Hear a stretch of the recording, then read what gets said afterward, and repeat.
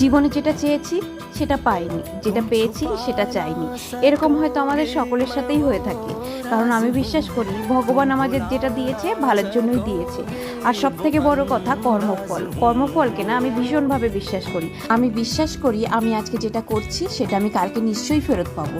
সেটা ভালো কাজ করলে ভালোটা ফেরত পাবো, খারাপ কাজ করলে খারাপটা ফেরত পাবো। তাই হয়তো আজকে ভগবান আমাকে যেটা দিয়েছে সেটা ভালোর জন্যই দিয়েছে, আর আমার কর্মফলের উপর ভিত্তি করেই দিয়েছে। চলো আজকে আমার জীবনের একটা বোকা বোকা গল্প শোনাই। বোকা বোকাই বটে, কারণ আমাদের ছোটবেলার ভাবনা চিন্তাগুলো দেখবে এখন যখন তুমি ভাববে না সেগুলো বোকা বোকাই লাগবে। আমি না গ্রামের মেয়ে, ছোট থেকে গ্রামেই বড় হয়েছি।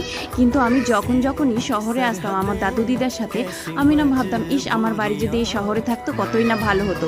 কিন্তু আজকে দেখো সেই আমার শহরেই বিয়ে হয়েছে। শুধু এই ঘটনা না, জানো তো এরকম আরো অনেক ছোট ছোট বিষয় আছে যেটাতে আমি প্রমাণ পেয়েছি সত্যিই তুমি মন থেকে যদি কিছু চাও সেটা তোমাকে ভগবান কোনো না কোনো ভাবে মিলিয়ে দেবে।